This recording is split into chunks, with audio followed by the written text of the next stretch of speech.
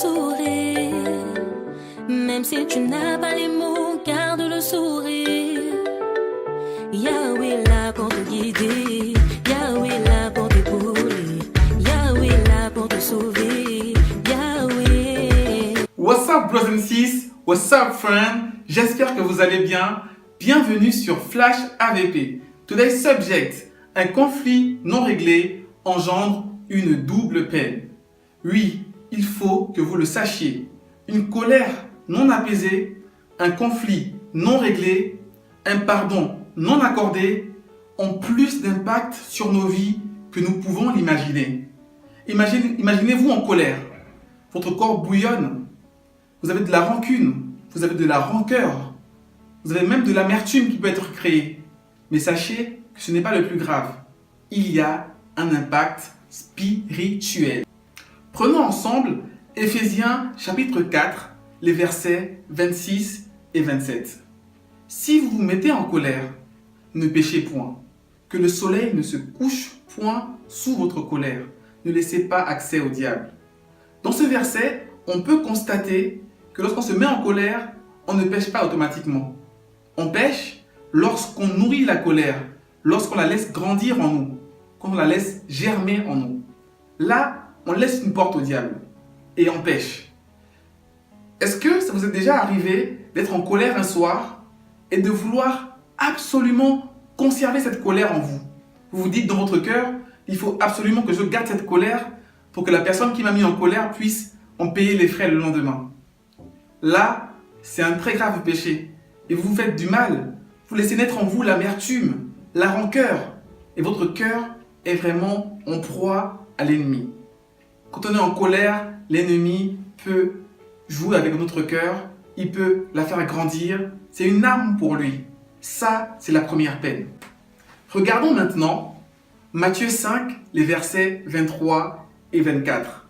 Si donc tu présentes ton offrande devant l'autel et que là, tu te souviennes que ton frère a quelque chose contre toi, laisse là ton offrande devant l'autel et va d'abord te réconcilier avec ton frère. Puis, viens déposer ton offrande. Par ce passage, on peut constater une rupture, une séparation entre Dieu et nous lorsque nous avons un conflit avec notre frère ou avec une quelconque personne.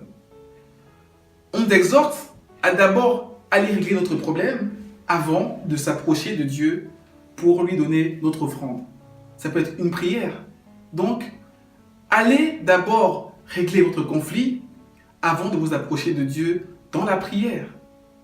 Avant d'avoir votre communion avec Dieu, vous devez régler tous vos conflits avec les hommes. C'est très important. En Matthieu, Dieu compare des personnes qui sont en colère contre leurs frères à des meurtriers. Donc ça peut causer une vraie rupture dans votre relation avec Dieu. Ça, c'est vraiment une très très grosse peine. C'est la deuxième peine dont je voulais vous parler aujourd'hui. Bros and sis, si vous avez une dent contre quelqu'un, ou si quelqu'un a une dent contre vous, allez vous réconcilier. La rancœur ne mène nulle part. L'amertume vous fera du mal. Le fait de régler un conflit va vous apaiser, va vous libérer. Et vous pourrez, de manière simple et pure, vous approcher de Dieu, sans crainte, parce que vous saurez que votre cœur et votre esprit est en paix et juste devant Dieu. Ne prenez pas le risque d'altérer votre relation avec Dieu pour un conflit. Même si vous n'avez pas tort, allez et réconciliez-vous. Ça va toucher le cœur de la personne à qui vous parlez. Mais ne laissez sûrement pas la colère vous faire du mal. Ne laissez pas de porte ouverte à l'ennemi. Désormais, n'oubliez pas, lorsque vous vous mettez en colère, de pardonner. Laissez l'orgueil de côté. Soyez humble et demandez pardon. Et si la personne en face de vous refuse votre pardon, vous n'en serez pas moins libéré. Vous aurez fait ce qu'il y a à faire et vous serez juste et pur devant Dieu. Ne laissez pas la colère vous envahir. Ne laissez pas un conflit non réglé vous pourrir la vie. Libérez-vous de cela et vous fermerez une porte à l'ennemi et vous serez proche de votre Dieu.